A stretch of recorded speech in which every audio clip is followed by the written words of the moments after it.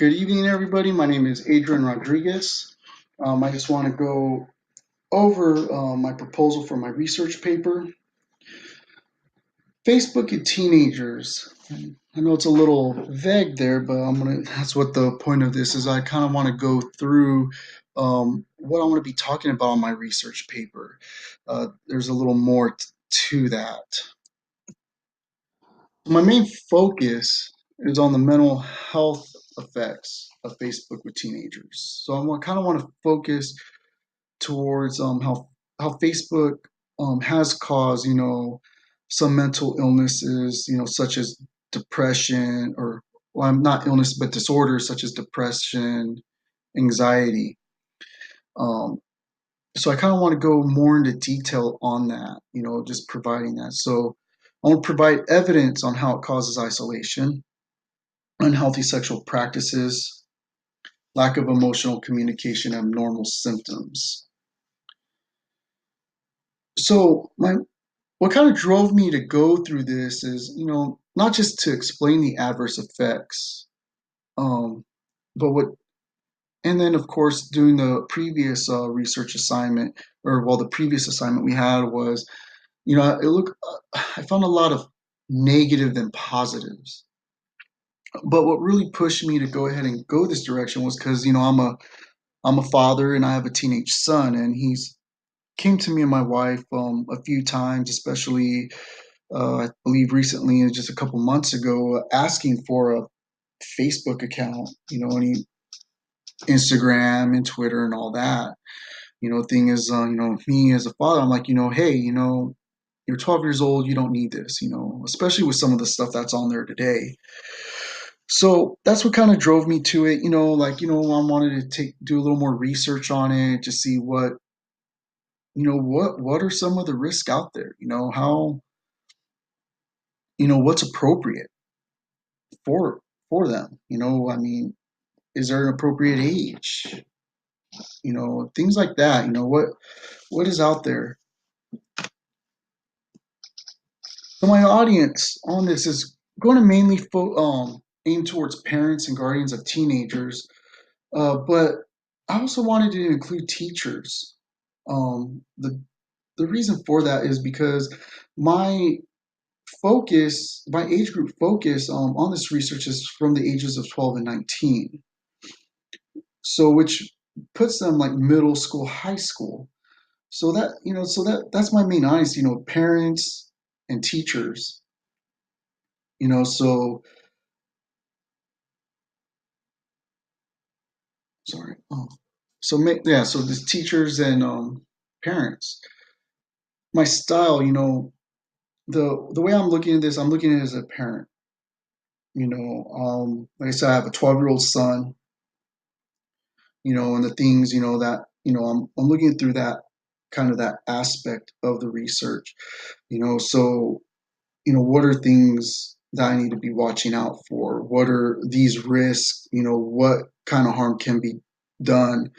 So that's how I'm looking at it as, or, that's how I'm focusing. But the other thing is, I'm not here to bash Facebook. I'm not here to um, say it's the most evil thing in the world, but it's to educate. I want to educate, you know, on what these risks are out there. That's what my research is about. It's like, hey, face has been known that because of cyberbullying through Facebook or any other has caused isolation, or it's caused depression, or it's caused anxiety, and that's where I stand. It's the show, hey, these things can happen, but can we do what can we do to see these risks? So that brings me to my final slide here. It's my research plan. So here are a few sources that I found through the UIW library database.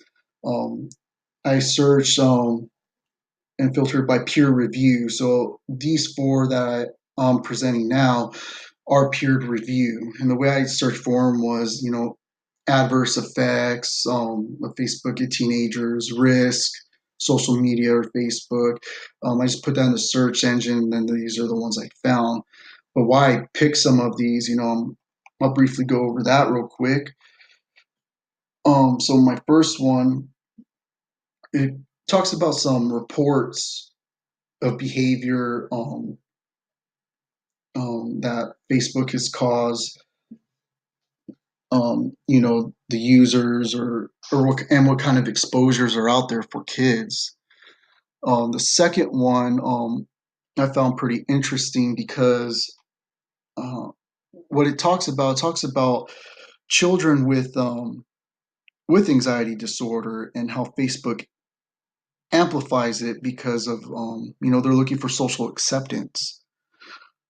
So I mean, I thought it's actually a pretty good source, especially with my for to prove my evidence here that it can amplify some of these effects.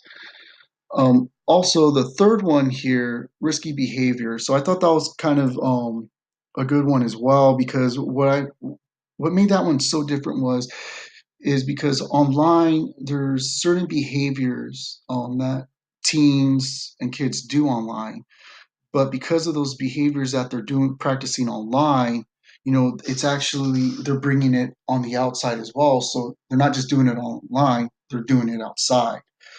So it goes with the risky health behaviors, and I believe it talked a little bit talked a little bit of um about it was mostly social behaviors. I'm sorry about that. I lost concentration there, but it just shows in a public nature of it, like what are they doing, what they're doing online they're also doing outside. Now the last one here, um what was pretty good about that was talks about ego, super egos. It brings it like because of Facebook, it's open, people are more comfortable because it's all online.